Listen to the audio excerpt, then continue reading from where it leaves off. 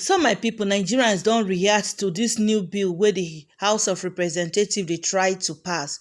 Vote or go to jail. Nigerians have reacted. They say that bill no go see the light of the day because you cannot force people to vote. So guys, watch and see how Nigerians reacted to it. It is high time that Nigerians are obliged to vote because by doing so, I feel Nigerians would take more caution in whom they decide to vote for, because if it's compulsory, then not voting will now be perhaps criminal, and they can be tried and charged. So many persons don't vote these days. I asked some persons, why didn't you vote? They said they didn't vote for anybody because even though they voted, their candidate will not win. But it is important, if they had come out to vote and many more like that and voted the right person, possibly the person would have won. But there has been a pushback against the proposed bill, which seeks to also impose a maximum of 6 months imprisonment or a fine of no more than 100,000 naira for Nigerians of voting age who fail to vote during election. Election observer Yaga Africa is vehemently opposed to the proposed legislation on the grounds that voting is a right and that it cannot be criminalized. Many on the streets of Abuja share similar views, questioning how such legislation will be enforced. To others, it is a mere waste of time trying to force citizens to vote without addressing the underlying problems of vote buying and why citizens believe their votes do not count. Voting should not be compulsory for everybody, because even if you go out and vote, they still have their own way of doing their magu-magu. So we all think even if we go out and vote, our right is not being protected. They still go ahead and do whatever they want to do. Concerning the proposed bill by the National Assembly to make it compulsory for everybody to vote, I don't think it's a right bill to be passed at this moment. Looking at the lot of challenges that we have been facing in this nation, I think the least of our problem is making up a bill to make everybody vote by force. And let's look at it this way. What if the names in the ballot paper and none of them are my choices there? So are you telling me that I must vote even though my choice is not there? The proposed legislation to make voting compulsory for eligible citizens has scaled second reading in the House of Representatives, and it is bound to generate even more controversy in the coming days when it gets to the Senate, as it progresses or hits a dead end. Omo Bazwai, Rise News. Well, divergent views expressed there on the streets. Join me now, Samson Itodo, who is the founder of Yaga Africa. They've been speaking already, and lawyer and the Rise News analyst Frank Tate. Thank you, gentlemen, for joining us on the news tonight. Always a delight. All right. Samson, we already know where your organization stands, Yaga Africa. You described the bill as draconian, proposed bill. Let me put that there. What makes it, in your view, fundamentally harmful to Nigeria's democracy or democratic journey that you call it draconian? It's draconian in every respect. First, at Yaga Africa, we understand and appreciate the rationale behind this bill, which is to address the question of low turnout at our elections. Nigeria is the biggest democracy in Africa, but we have the lowest turnout for elections. So we understand the rationale. But there are other ways of addressing the question of voter apathy. But a situation where, as a democracy, we are passing or attempting to pass a law that seeks to compel or make voting compulsory does three things. The first thing is assault on the constitutional rights that voters have. Secondly, not voting at elections is a constitutional right. It's also a form of participation.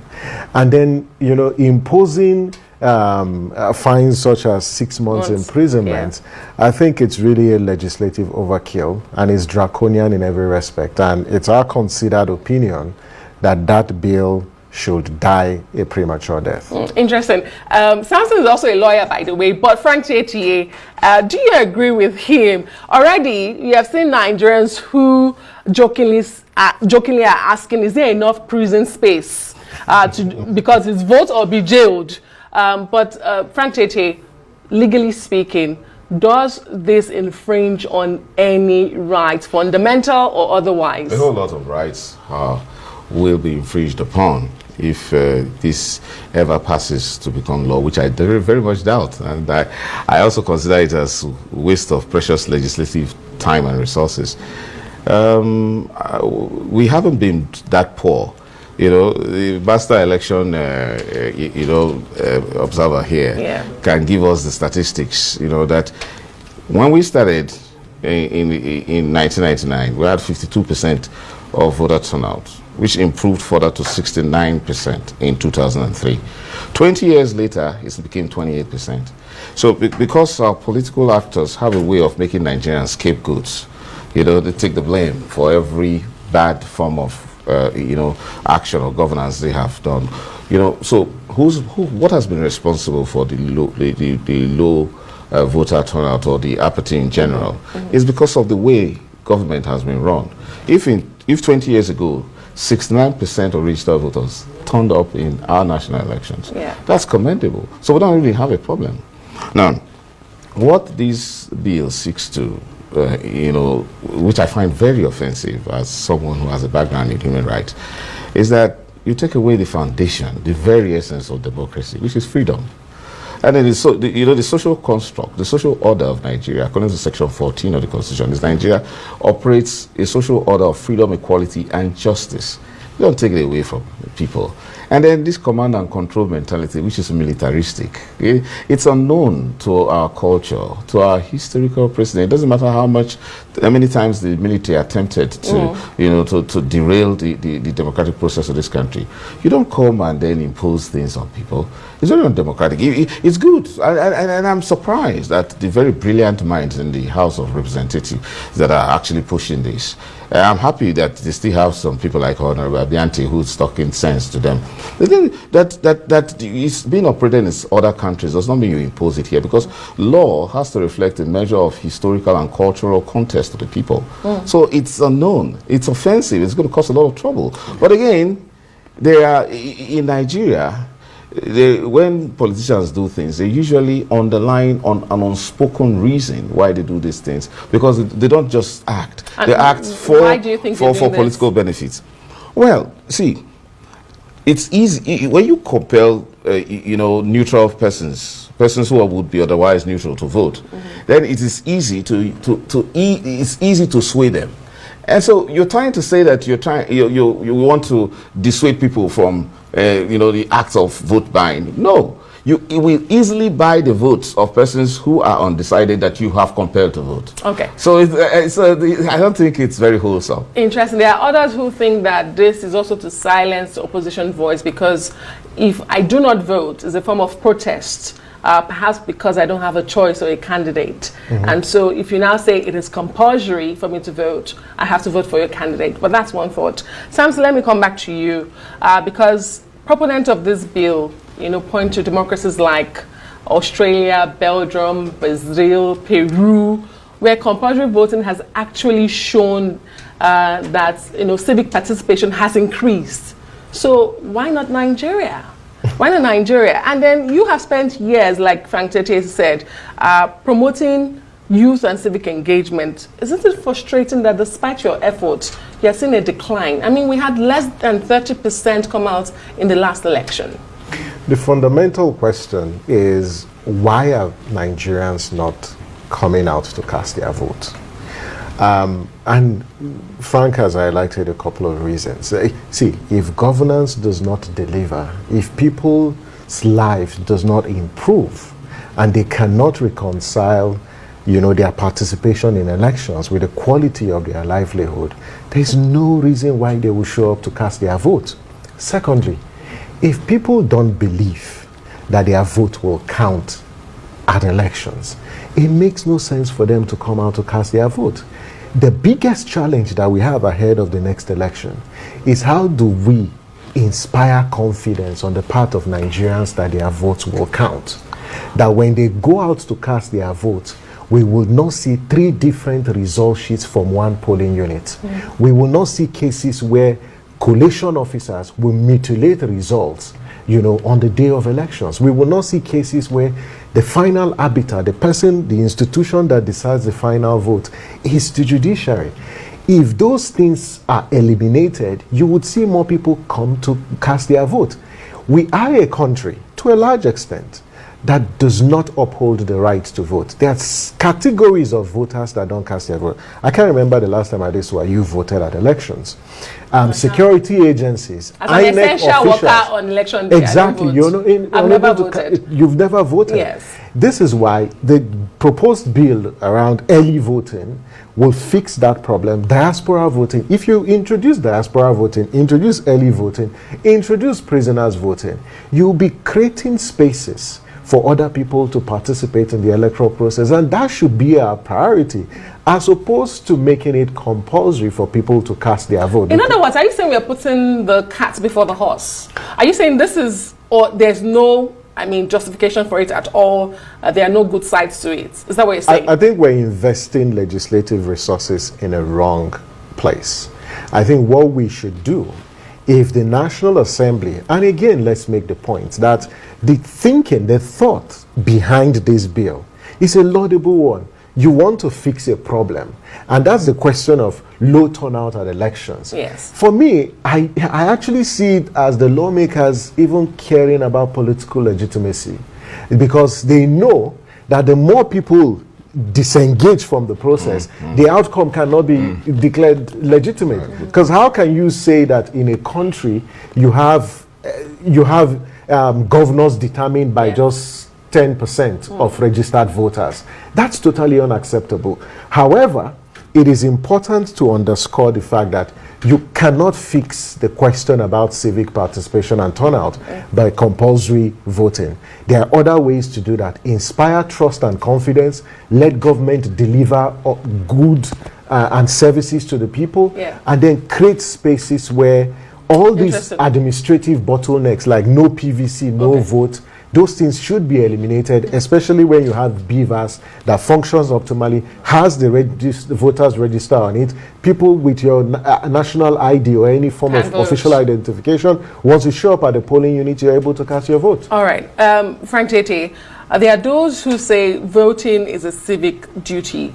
So if we can mandate payment of taxes, driving licenses, national ID registration, and you criminalize tax evasion, why is voting the most important civic duty off limits to compulsion? Taxation is a constitutional duty, but voting is a constitutional right.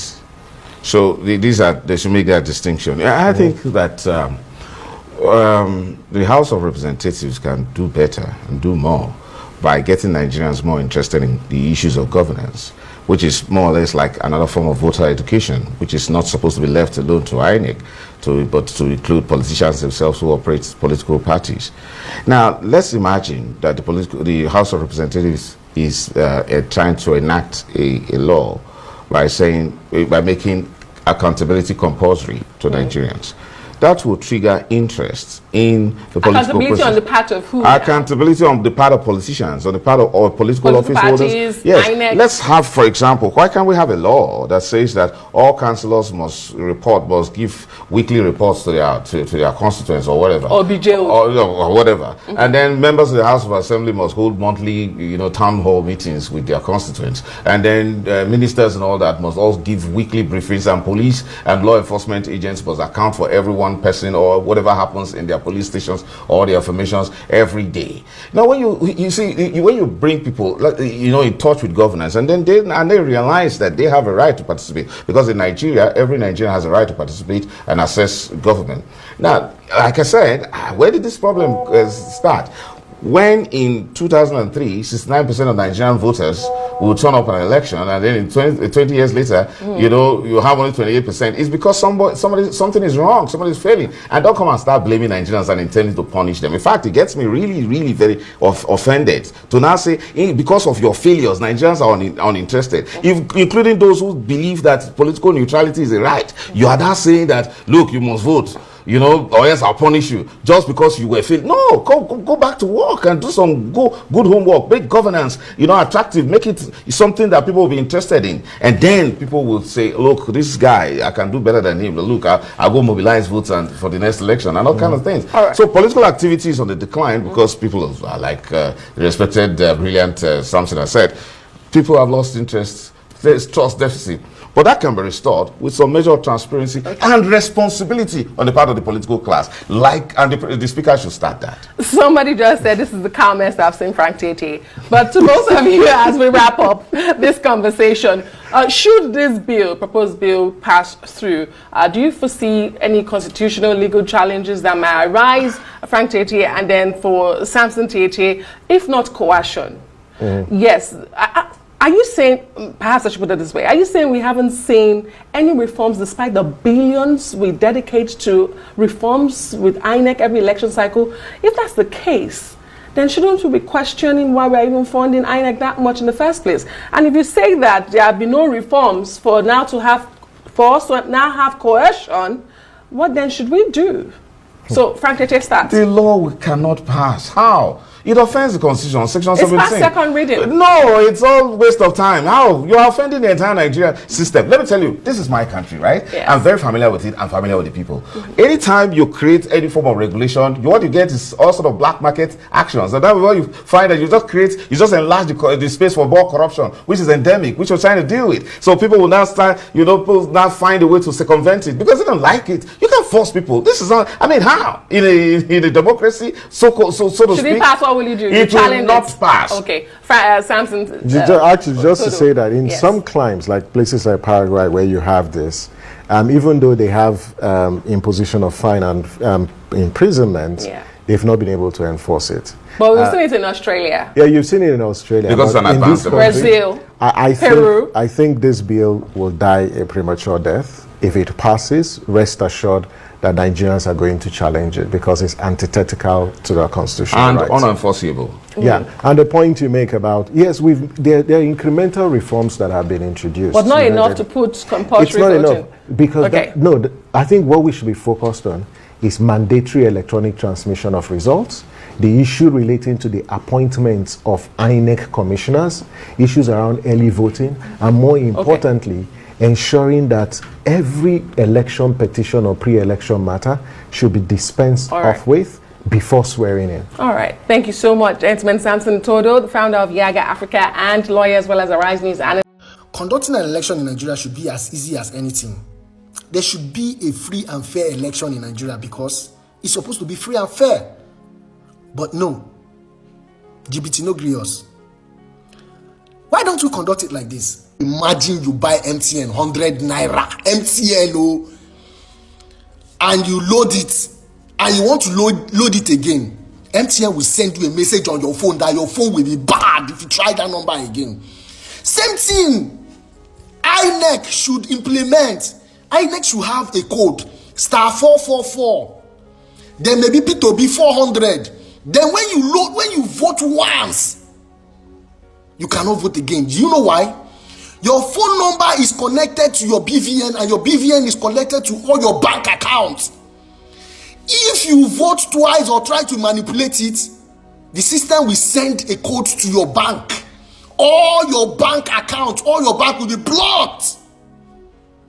The voting card is a scheme. It's used to rig the election. It's not working. Let's try another method. INEC.